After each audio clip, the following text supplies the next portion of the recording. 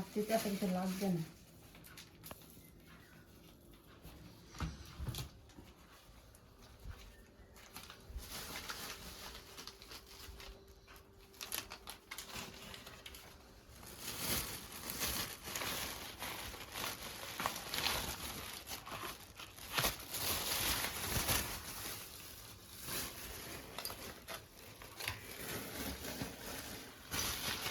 আজ হচ্ছে বৈশাখ মাসের প্রথম শনিবার। তো আমার বাট ঠাকুরের মানে বাট ঠাকুর যেটা শনিদেব, ওর পুজো উপবাস আজ থেকে আমি আরম্ভ করলাম। কোনোদিন করা হয়নি, তো ইচ্ছে ছিল, তো এবার আজকে থেকে আরম্ভ করলাম। প্রতি মানে বছরের শনিবারগুলো যতটা সম্ভব নিরামিষ বা উপবাস থেকে পুজো করবো। তো আজকে থেকে আরম্ভ। আমার একটা জায়ের বাড়িতে হবে, সেটা সন্ধ্যায় যাবো। তো বাড়িতে এখন খুব কিছু পুজো করবো, তো বাজার সব নিয়ে আসলাম। বিশেষ করে আমি আর আমার ছেলে, তো এগুলো নিয়ে আসলাম। আমার বাজার বাট ঠাকুর বাজার পুজোর বাজারগুলো আলাদা করে রাখতে হয়, তখন বাড়িতে একটু করে নিই।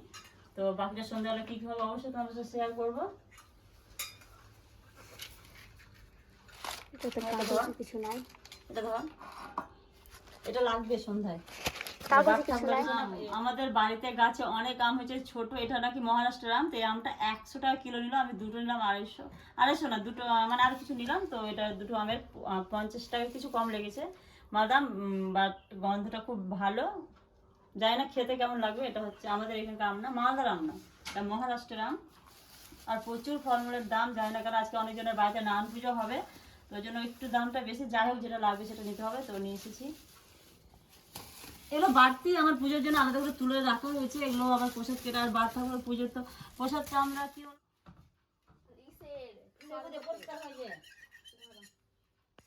পাঁচটাই ধূপকাঠি লাগে, দুটা বাইরে একটা ঘরে।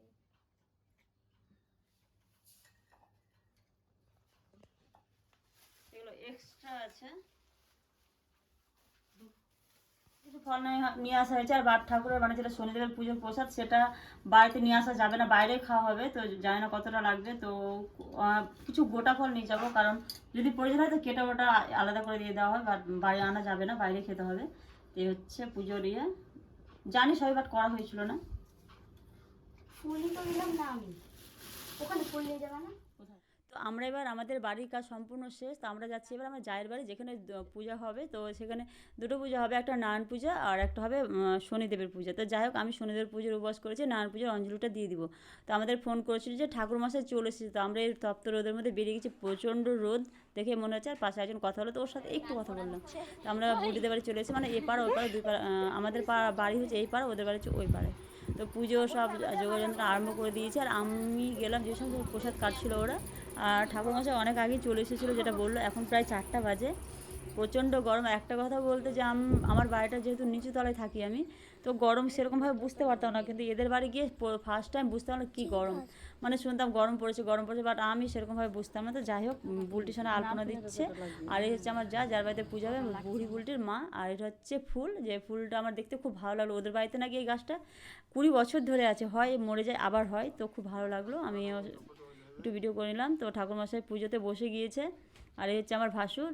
তো এবার দেখো মাহি আর মিঠি, এরা তো আইসক্রিম যেখানে সেখানে খাবে। এবার আমি একটু লুচি করতে বসলাম। ওদের আটা আমার বড় মানে যা মাখলো, এবার আমরা দুজন মিলে লুচি করতে। আমার প্রচুর হাসি পাচ্ছিল, মানে লুচিগুলো ও বেলতে পারছিল না, মানে গোল হচ্ছে, গোল না হলে একটু তো হবে, বাট হচ্ছিল না। তো হলো। আর এদের বাড়িতে 5টা হাঁস আছে, হাঁসগুলো এসেছিলো, খেতে দিচ্ছিলো। আর ঠাকুরমশাই অলরেডি পূজায় বসে, পূজা প্রায় হয়ে আসলো। আমরা অঞ্জলি দিব। তো অঞ্জলি দেওয়ার জন্য আমরা দাঁড়িয়ে গেছি। ঠাকুরমশাই উপবাস আছে, তো নারায়ণ পুজোর অঞ্জলিটা দিয়ে দেওয়া হোক। তো একসাথে দুটো পুজো হয়ে গেল, ভালো লাগছিলো। আর একটা আমার সমস্যা বলতে কি, আমার না খেলেও কোনো সমস্যা না, বাট চা আমার লাগবে। তো চা ছিল না, তো প্রচণ্ড মাথা ব্যথা আমার আরম্ভ হয়ে গিয়েছিলো, ভালো লাগছিলো না। তো যাই হোক ছিলাম, তো ছিলাম। আমার ভাসুর বসেছে পূজায়, আর আমরা সবাই অঞ্জলি দিচ্ছি। এই কয়েকজন, ওদের বাড়ি 5 জন, আর আমি একা উপবাস ছিলাম। আর সোনু মাইরা সবাই ভাত খেলাম, আমি নিরামিষ। যেখানে পুজো হবে সেখানে যাবো, আর সব নিয়ে নিয়েছি। আর প্রচণ্ড মাথা ব্যথা, চা খেতে পারিনি, আমার শরীরটা ভালো নেই, বাট উপবাসটা আছি, করতে হবে। তো এখন যাচ্ছি।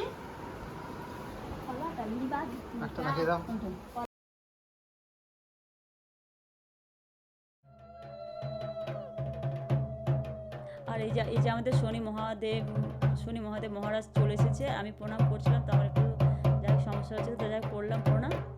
তো একে আমরা সবাই আরও আরতি করে ইয়ে করলাম। এবার পূজা অলরেডি আরম্ভ হয়ে যাবে, কারণ ঠাকুরমশাই চলে এসেছে। আর আমাদের এটা 7:30 থেকে 8টার মধ্যে হওয়ার কথা ছিল, বাট সেখানে এসেছিলো 10টায়। তো পূজা শেষ হতে প্রায় আমাদের 12:30 বেজে গিয়েছিলো। আর তারপর প্রসাদ খেলাম মানে 1:45টার সময়। তারপর সেটা অনেকটাই লেট হয়ে গেছিলো, একজনের বাড়ি করতে গেছিলো, সবাই রাগারাগি করছিলো, কারণ এই এমনিতে গরমের দিন আর এই উপবাসটা একটু হলো অন্য টাইপের। তো ফার্স্ট টাইম করলাম, জয় শনিদেব মহারাজের জয়। তো ফার্স্ট টাইম করলাম, সবাইকে ভালো রেখো, সবাইকে মানে সবাইকে। তো এই হচ্ছে ব্যাপার। আর অনেকটা রাত হয়েছিল। তারপর পূজা, সবাই প্রসাদ, পূজা এখন হচ্ছে, কিছুক্ষণ পর প্রসাদ খাওয়া হবে। আর এই পুজোর একটাই নিয়ম যে যা যতটাই প্রসাদ করো সেখানেই খেতে হবে, কারো বাড়ি নিয়ে যাওয়া হবে না, ইয়ে করা হবে না এগুলো। তো সেখানে খেয়ে আবার স্নান করে নিতে হয়, কেউ বলে পাহাড় ধুয়ে নিতে, যাই হোক যার যেমন ইচ্ছে। তো পুজো শেষ, প্রসাদ খাওয়া। এবার এই ঠাকুরটাকে রাত্রেই আবার বিসর্জন, প্রায় এখন 1টা বাজে। তো আমার ভাসুরমশাই মাথাতে করে নিয়ে আসছে। আর আমাদের এটা হচ্ছে দশালি পুকুর, যে পুকুরটা দিয়ে পাশ দিয়ে আমরা বাগান যেতাম আমাদের, যে সেই পুকুরটা এসেছি। এখানে সব রকমের ঠাকুর বিসর্জন যাই হোক। ও একটু বয়স্ক মানুষ, একটু অন্ধকার। তো আমরা যাই হোক, শোনো বাইক নিয়ে গেছিলো, বাইক নিয়ে দূর থেকে একটা বাইকের লাইটটা জ্বালিয়ে দিয়েছিলো। একটা 7 পা ঘুরতে তো আমার সমস্যা লাগছে যে পড়ে না যায়। যাই হোক, একটা সিঁড়ির ওপর করছিল। এখন প্রায় রাত 1টা বাজে। আর আমার আর একটা কথা যে আমার বললাম না মাথা ব্যথা করছিলো, আমি ডাক্তারের দোকানে গেছিলাম, আমি সেখানে কিছু মেডিসিন নিয়েছিলাম। যে আমি বললাম যে আমি পারছি না থাকতে, তো আমার কিছু মেডিসিন সাথে সাথে বমিও হয়েছিল। উপবাস একদম হয় না। তো যাই হোক, এখন যখন পুজো আরম্ভ হলো, সত্যি কথা বলতে যখন ঢাকে কাঠি পড়লো না, তখন আমার কোথা থেকে কোথায় সব কিছু হচ্ছে, সব সুস্থ হয়ে গেছিলাম। তো পুজোটা আমি ভেবেছিলাম পুজো হয়তো দেখতে পারবো না, উপবাস থাকলেও। বাট তখন যখন ঢাকের আওয়াজ আরম্ভ হলো, সত্যি কথা বলতে আমার মাথা ব্যথা যা ছিল সব চলে গিয়েছিলো। প্রসাদটা আমি তো ভেবেছিলাম হয়তো প্রসাদে খেতে পারবো না, বাট খেয়েছিলাম। আর সেই প্রসাদটাকে এই হচ্ছে আমার ভাসুর ছেলে, যেগুলো সব বিসর্জন করছে। আর এই পুজোটা নাকি বৈশাখ মাসেই ধরা হয়, প্রথম শনিবারে। আর আমাদের এখানে অনেক জায়গাতে হয়, বিশ্বনাথ মোড় বলে এ বলো, তো অনেক মানুষ আমি বিশ্বনাথ মোড় যেতাম। তো আমার ভাসুর বললো হঠাৎ করে যারা যে আমাদের বাড়িটা হবে। আর এই হচ্ছে আমাদের রাতের গম্ভীরা মন্দির, এই যে বজরংবলী মন্দির, যেটা মঙ্গলবার দিন উদযাপন হবে, মানে হনুমান ইয়ে আছে, যা এটা হবে। আর এটা হচ্ছে দুর্গা মন্দিরে এখনও বাসন্তী পুজোর দুর্গা বিসর্জন করা হয়নি। তো এটা আমি রাতের বেলা খুব ভালো লাগছিলো দেখতে। তো কেউ ছিল না, একদম ফাঁকা, রাত 1টার সময় কে বা থাকবে। তো আমি গেলাম আর কিছু একটু মায়ের ভিডিও করে নিয়ে আসলাম, খুব ভালো লাগছে, একদম ফাঁকা পুরোটা। তা আমাদের এখানে প্রতি বছর বাসন্তী পূজা হয়। আর এই সোনু মাহির রাতের বেলা বাইক চালানো আরম্ভ করে দিয়েছে। তো ওদেরকে আমি বারবার বলছি, আর যেহেতু প্যান্ডেলের কাজ হচ্ছে, বাইকে পেরেকেও ঢুকে যেতে পারে, তো ওদেরকে বলছেন। তো ওরা কিছুতেই শুনছে না, শুধু বাইক চালিয়ে যাচ্ছে ও আর মাহি।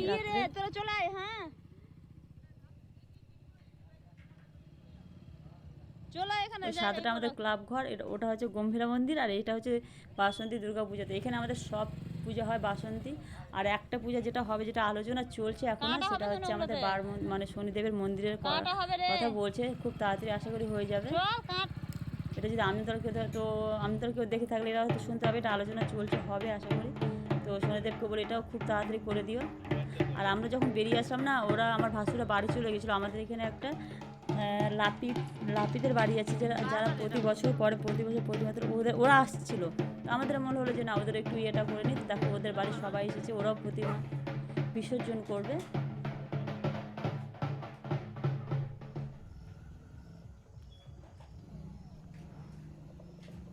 তো আমরা এবার যাই, সব শেষে বাড়ির পথে চলে আসে। আমাদের এই যে হচ্ছে গম্ভীরা মন্দির, আর এই হচ্ছে আমাদের বাড়ি। তো সোনু মাহি বাইক নিয়ে চলে গিয়েছে, আর আমি হচ্ছে আমার বড়মশাই। আর দেখো পুরো আলোকিত হয়ে আছে বাড়ির কাছে। তো খুব ভালো লাগলো আজকের ভিডিওটা, কেমন লাগলো সকলে জানাই। আর প্লিজ সবাই ভালো থেকো, সুস্থ থেকো, আর পাশে থেকো। এই বলে আজকের ভিডিওটা আমি এখানে শেষ করি, আজকের ব্লগটা এখানে শেষ করলাম। সকলে ভালো থেকো, সুস্থ থেকো।